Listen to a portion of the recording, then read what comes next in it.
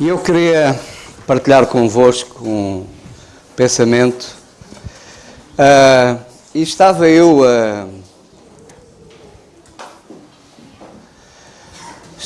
a pensar e a orar e a ver o que é que iria partilhar convosco nesta manhã. E a mexer nos meus papéis e encontrei uma folha.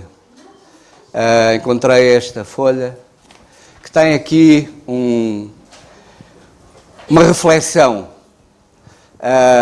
Eu não sei onde é que, possivelmente isto vinha numa revista, não sei qual, mas isto é alguém que está a refletir e acho que é bom nós também pararmos às vezes e refletirmos acerca da nossa vida, como é que ela tem sido, olharmos para trás um pouco e analisarmos a nossa relação com Deus, como é que ela de facto tem sido.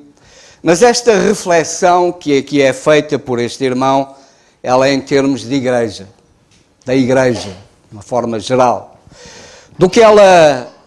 daquilo que ela foi e aquilo que ela se tornou.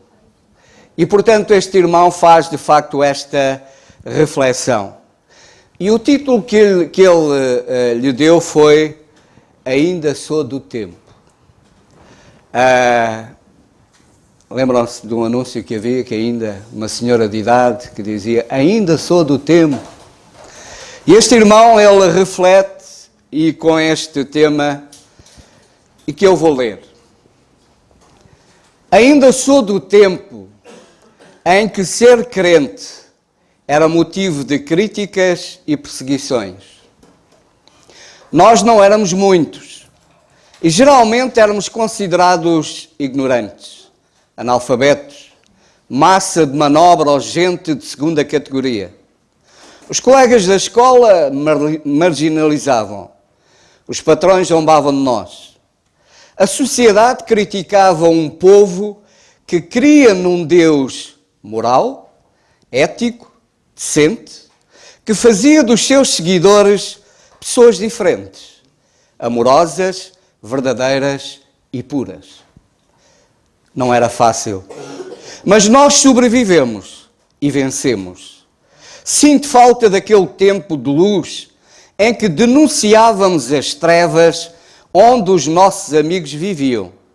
E por causa dessa luz, muitos incrédulos foram conduzidos ao arrependimento e à salvação. Mas hoje é diferente. Ainda sou do tempo em que os crentes não tinham imagens em casa, nem adereços nos seus corpos. Nós não tatuávamos os nossos corpos e nem colocávamos piercings na pele. Queríamos que os nossos corpos eram sacrifícios ao Senhor e que não era lícito maculá-los com os sinais de um mundo decadente, um Deus mundano e uma cultura corrompida. Dizíamos que tatuar o corpo era pecado, mas hoje é diferente. Ainda sou do tempo em que pornografia era pecado. Quando nos convertíamos também os nossos olhos e abandonávamos as revistas pornográficas, os cinemas de prostituição, os teatros corrompidos. Os que eram adúlteros arrependiam-se e pagavam o preço do que fizeram e começavam vida nova. Nós, os jovens, deixávamos os namoros e os relacionamentos orientados pelos filmes mundanos e primávamos por ser como José do Egito, que foi puro, ou o apóstolo Paulo, que foi decente. Mas hoje é diferente. Ainda sou do tempo em que nos vestíamos adequadamente para o culto. Sabíamos que íamos estar num lugar onde Jesus disse estar ali e, por isso, temíamos pecar pela falta de respeito e reverência. Aliás, além do nosso testemunho moral, nós nos identificávamos pelas roupas. Trajávamos socialmente com o melhor que tínhamos, dentro de nossas possibilidades. Porque queríamos que, se íamos prestar um culto a Deus, a ocasião nos exigia o melhor. E buscávamos dar o melhor para Deus. Mesmo pobres, tínhamos o melhor para Deus. Mas hoje é diferente. Ainda sou do tempo em que os nossos hinos falavam de Cristo e da salvação. Cantávamos muito e nossas músicas não eram tão complexas como as de hoje, mas todos acabávamos por decorá-las. Suas mensagens eram simples e evangelísticas. Foi na cruz, andam procurando a razão de viver. Porque Ele vive, posso crer no amanhã. Feliz serás, jamais verás a tua vida em pranto se findar. O Senhor da ceifa está chamando. Jesus, Senhor, me chego a Ti. Santo Espírito, enche a minha vida. Foi Cristo quem me salvou, quebrou as cadeias, me libertou, etc. Não copiávamos os hits estrangeiros ou as danças mundanas, mas buscávamos algo clássico, alegre, porém solene. Mas hoje é diferente. Ainda sou do tempo em que as igrejas tinham personalidade. Sabíamos o que os outros ensinavam de errado e combatíamos o erro. Nós tínhamos os melhores solistas, grupos de louvor. Não havia melhor ao redor de nós. Os descrentes nos admiravam pelo nosso zelo e o tempo que dávamos ao Senhor. Hoje tudo é diferente. Eu não sou velho. Isso tudo não tem 27 anos ainda. Na década de 80, ser crente era ser assim.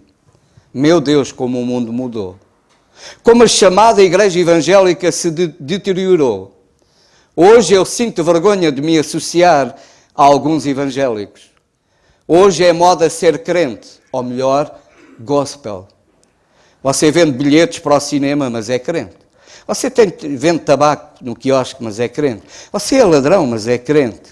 Você é homossexual assumido, mas é crente. Você não tem tempo para ver, você tem tempo para ver a novela e não pode ir à reunião de oração, mas é crente. Você compra CDs e vídeos dos ídolos do mundo e não tem para contribuir para a obra de Deus, mas é crente. Não há diferença entre o santo e o profano, o lícito e o proibido, o justo e o injusto. Qualquer coisa serve. Hoje ir à igreja é como ir ao mercado ou às barracas de feira de artesanato. Não há mais cuidado no traje cultuante. Rapazes vão de calções e, pasmem, até com camisa até às pernas. Pregadores da palavra fazem o mesmo. Até os óculos escuros depositam na cabeça. Meninas usam as suas mini-saias e camisolas curtas a mostrar o umbigo. Não demorará a mostrar outras coisas. Não se vestem para uma cerimónia a Deus. Hoje as músicas pouco falam de Cristo. Somos bitulados por um amontoado de glórias, aleluias, no trono, te exaltamos, o teu poder, etc. E Jesus? Quase nunca é mencionado. E quando o fazem, não apresentam qualquer noção do que Ele é ou representa no louvor. O que nos falta ainda? Hoje temos Bíblias de estudo, do pentecostal, do pastor, da vida nova, para mulheres, para homens, para crianças, para jovens, para idosos. Só falta inventar a Bíblia gay, a Bíblia erótica, a Bíblia do ladrão, a Bíblia do desviado. Meu Deus, o que será daqui a alguns anos? É claro que há exceções. E eu bendigo a Deus porque tenho lutado para ser uma dessas exceções. Mas eu não podia deixar de denunciar essa confusão, esse frenesi maligno, esse fogo estranho no altar de Deus. Que Deus tenha piedade de nós. Isto de facto é algo que nos faz pensar e meditar, porque não há dúvida que esta é a realidade dos nossos dias. A confusão é realmente muito grande. A confusão é muito grande. Hoje, os lugares onde a igreja se reúne, que por vezes são referidos como a igreja, mas a igreja não são as paredes. A igreja é o grupo daqueles que se reúne nesse lugar, o grupo daqueles que crê no Senhor Jesus Cristo como seu único e verdadeiro Salvador. Esses formam a igreja. E a igreja reúne-se em determinados lugares. Pela graça de Deus, a igreja Quinta do Conde se reúne neste lugar. Este lugar foi consagrado ao Senhor. ao serviço do Senhor. É neste lugar que a igreja se encontra com o Senhor, para cultuar ao Senhor, aquele que merece o melhor. Falávamos há pouco na música, ele merece ser louvado sempre melhor. Ele merece ser louvado pelas músicas, ele merece ser louvado pela nossa vida, ele merece ser louvado pelo nosso comportamento, ele merece ser louvado. Este lugar foi consagrado ao Senhor.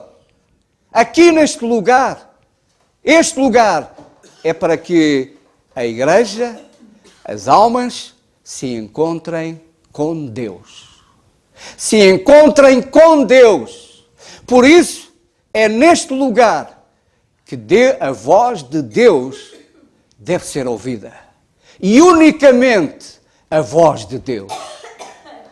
Hoje em dia, na maior parte dos lugares, ouvem-se muitas vozes, mas a voz de Deus está sendo cada vez relegada para, eu ia dizer para segundo lugar, mas acho que já não é segundo lugar. Acho que já é terceiro e quarto lugar. Primeiro é o homem, as manifestações do homem, as manifestações da carne. A confusão é muito grande. Em determinados lugares, a confusão é de facto tremenda. É muito grande. E a voz de Deus, cada vez se ouve menos. Mas o objetivo da igreja neste mundo é levar as almas a encontrarem-se com Deus. Não é encontrarem-se com os homens, é encontrarem-se com Deus. Nós temos que avançar em Mateus, no capítulo 21. Conhecemos o que aconteceu em determinada altura ao Senhor Jesus Cristo. Ele vai ao templo. O Senhor vai ao templo. E é a única vez em que vemos o Senhor zangado. Porque o que estava em causa era o nome do Senhor. O que estava em causa era Deus. E por isso, temos que defender o Senhor. A palavra do Senhor. E entrou, versículo 12, capítulo 21 de Mateus. E entrou Jesus no templo de Deus e expulsou todos os que vendiam e compravam no templo. E derribou as mesas dos cambistas e as cadeiras dos que vendiam pombos. E disse-lhes, está escrito, a minha casa será chamada casa de oração, mas vós a tendes convertido num covil de ladrões. Aquele lugar era o templo do Senhor. Era o lugar onde o Senhor estava. O lugar onde o Senhor habitava. Era o lugar onde o povo se encontrava com Deus. E haviam transformado aquele lugar num covil de ladrões. É negócio. Tinham transformado aquele lugar num lugar de negócio. Em que os homens se aproveitavam, enriqueciam. Hoje em dia, em alguns lugares, acontece a mesma coisa. É negócio. As almas tornaram-se negócio. Há certos lugares que foram transformados também em covil de ladrões. Porque, de facto, o único objetivo é o lucro. Não é a preocupação com as almas. Não é a preocupação com a salvação das almas. Não estão preocupados em que as almas se encontrem com Deus. Não estão preocupados em que as almas conheçam o plano da salvação. Não estão preocupados em que as almas conheçam verdadeiramente o Senhor Jesus como Ele deve ser conhecido. A única coisa que estão preocupados é com o lucro. É o aproveitarem-se da situação, das carências, das dificuldades das pessoas e aproveitarem-se unicamente com o lucro. Aquele lugar, o templo, era um lugar de encontro com Deus. E reparem que diz o versículo 13 disse: está escrito, a minha casa será chamada casa de oração, mas vós a tendes convertido em covil de ladrões. E foram ter com ele ao templo cegos, coxos e curou-os. É um encontro com Deus, é um encontro com o Senhor Jesus Cristo. Aquele lugar era de facto um lugar de encontro. E é assim que deve ser. O lugar onde a igreja se reúne é um lugar de encontro com Deus. Não é um encontro comigo nem qualquer outra pessoa. Eu espero que todos nós, quando saímos de casa, viemos com o objetivo de nos encontrarmos com Deus neste lugar.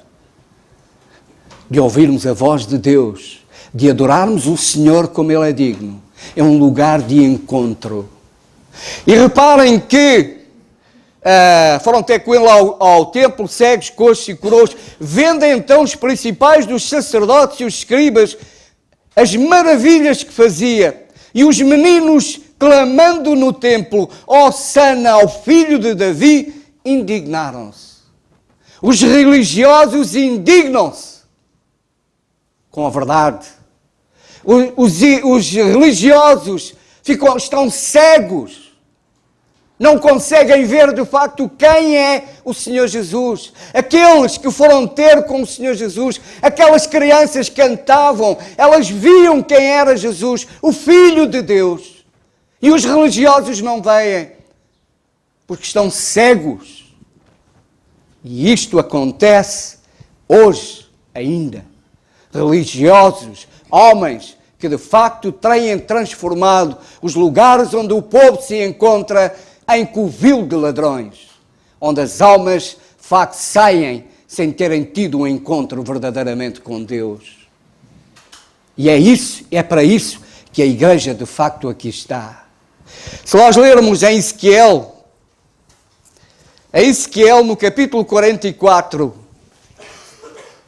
que nos fala também do templo, que nos fala da restauração do templo, nós vemos, havia também a mesma situação.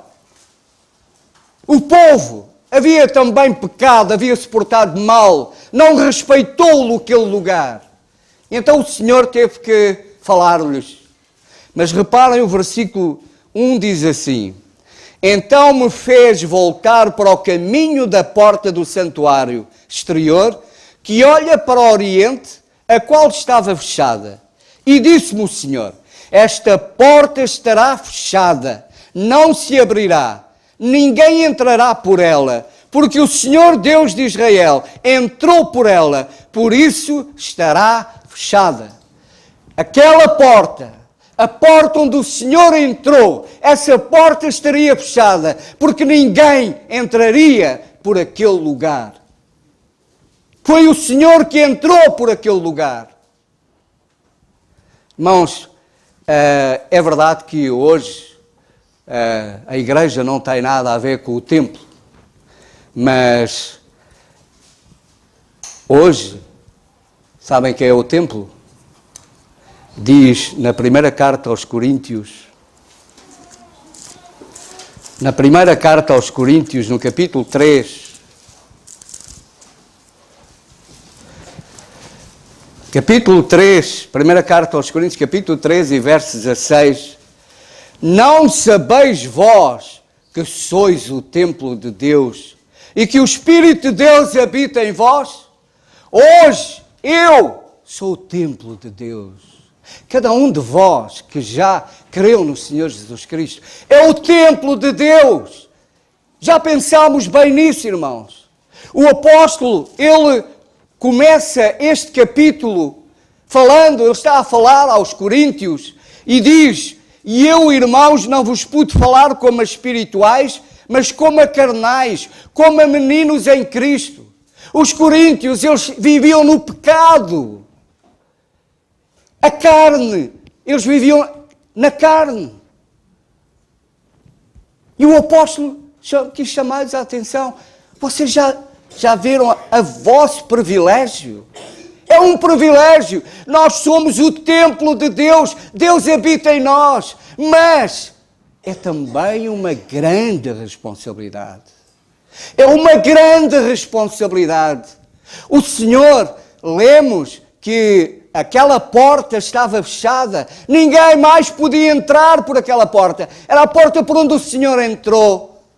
Pela graça de Deus, o Senhor entrou na nossa vida. Nós somos o templo de Deus. Ele habita em nós. Irmãos, o problema é que a porta, por vezes, não é fechada. A nossa porta não é fechada. Ninguém entrava mais por aquela porta no templo, porque aquela porta era sagrada. O Senhor entrou. Aquele era o templo do Senhor. Nós somos o templo do Senhor. Nós somos do Senhor. Diz a palavra de Deus, nós fomos comprados por bom preço. E esse preço foi o sangue do Senhor Jesus Cristo. O meu pecado, o vosso pecado, causou muito sofrimento ao Senhor. Na ceia do Senhor falávamos, olhando para a cruz, o preço que foi pago. Nós não conseguimos entender em toda a profundidade o preço que foi pago pela nossa salvação, o sofrimento tremendo do Senhor Jesus. Por causa do nosso pecado. Como é possível que nós deixemos que o pecado entre novamente na nossa vida? Como é possível que deixemos que o pecado reine, domine na nossa vida? Como é possível que, de facto, irmãos, ao fazermos isso, nós estamos a transformar também o templo de Deus que somos nós num covil de ladrões? Porque estamos a roubar ao Senhor aquilo que lhe pertence. Estamos a roubar ao Senhor aquilo que lhe pertence. Nós somos dele. Nós fomos salvos para o servir, para o adorar, para o louvar. E ao deixarmos que o pecado entre, onde o pecado habita, o Senhor não pode habitar, porque ele não tem comunhão com o pecado. E se deixamos que o pecado entre no templo do Senhor, então estamos a pôr o Senhor fora. Estamos a roubar ao Senhor aquilo que lhe pertence, aquilo que de facto foi pago um alto preço. Por isso, irmãos, que de facto o Senhor, sejamos verdadeiramente o templo do Senhor. Que realmente, irmãos, eu sei que por vezes nós andamos muito atarefados nesta vida, com muita coisa, e esquecemos dos nossos privilégios e das nossas responsabilidades perante o Senhor. E esta é uma delas. Somos o templo de Deus. Deus habita em nós. Irmãos,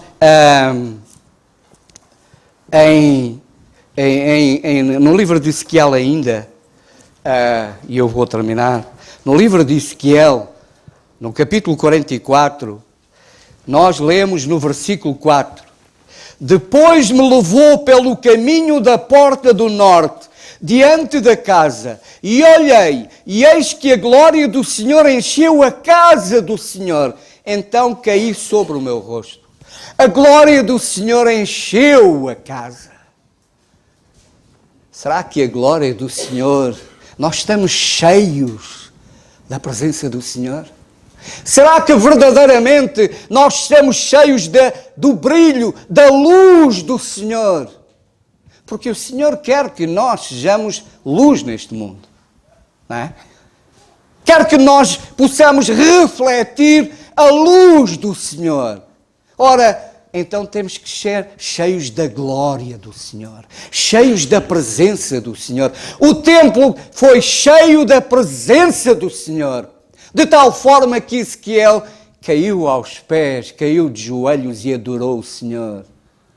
Irmãos, que cada um de nós seja cheio da glória do Senhor, cheio da presença do Senhor.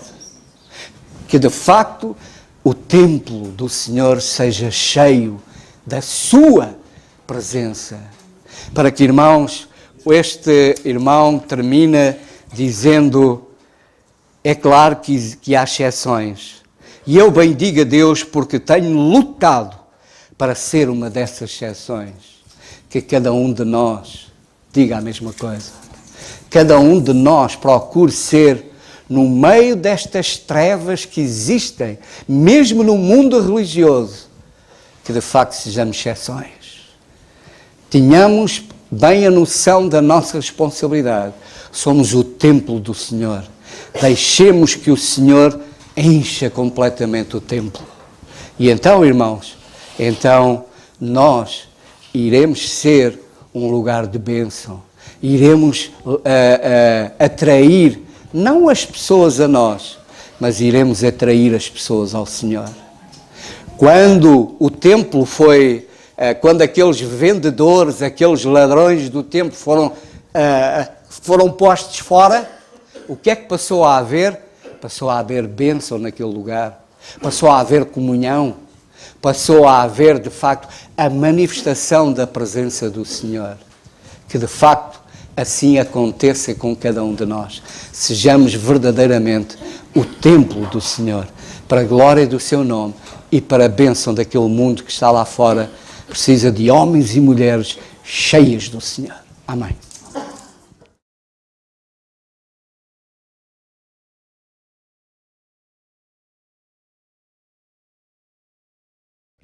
Isto hoje foi... Aliás, costuma ser sempre assim, mas pela graça de Deus... Peço desculpa, deixei cair. Foi muito bom. A palavra de Deus, de facto, é tremenda, e quando é exortada desta maneira, que cada um de nós possa pensar verdadeiramente em cada palavra e que ouvimos, e aquele texto que o nosso irmão Zé leu. E, pá, isto é a realidade dos dias de hoje, irmãos. Não é brincadeira, mas que possamos marcar a diferença, irmãos, porque o mesmo Deus deste irmão há 25 anos atrás é o mesmo Deus hoje. É como ouvimos de manhã, que o nosso foco esteja no nosso Senhor, e tudo o resto depois vamos fazer a diferença. Que o Senhor nos ajude e que a nossa vida de facto seja uma vida como somos o templo do Espírito Santo, que possamos encher com coisas boas, possamos despojar daquilo que não presta para podermos encher daquilo que é bom. Que o Senhor nos ajude, irmãos. Vamos ficar de pé e vamos terminar com a oração e agradecer ao nosso Deus mais uma vez por aquilo que ouvimos através do nosso servo, do nosso irmão Zé de Carvalho. Senhor nosso bendito e amado Pai, nós graças te damos, Senhor, porque de facto esta manhã tu nos falaste e nos alertaste, Senhor, porque o nosso compromisso contigo é pessoal, Pai. Cada um de nós, fazendo parte do corpo, que é a Igreja, temos uma responsabilidade tremenda. Sendo o templo do Espírito Santo, Pai, a nossa responsabilidade aumenta, Pai. O privilégio é maior, mas a responsabilidade também o é. Que nos ajudes e que o nosso compromisso, o nosso relacionamento contigo seja sério, Pai. Mais uma vez te agradecemos pelo teu filho que expôs a tua palavra esta manhã. Te agradecemos pelo Jonas ter estado aqui no nosso meio, Pai, que tu possas cuidar dele e que o ajudes, Senhor, e que lhe des força e ânimo, Senhor. Te agradecendo mais uma vez pela obra que é tua. Somos meros servos, Senhor, e que tu nos ajudes a cumprir, Pai, aquilo que nos cabe a nós fazermos e que possamos fazê-lo por excelência, Senhor. É o que nós te agradecemos esta manhã por aquilo que ouvimos e por aquilo que tu nos exortaste. Te agradecemos, pois, tudo isto no nome do teu Filho, nosso Senhor Jesus Cristo. Amém.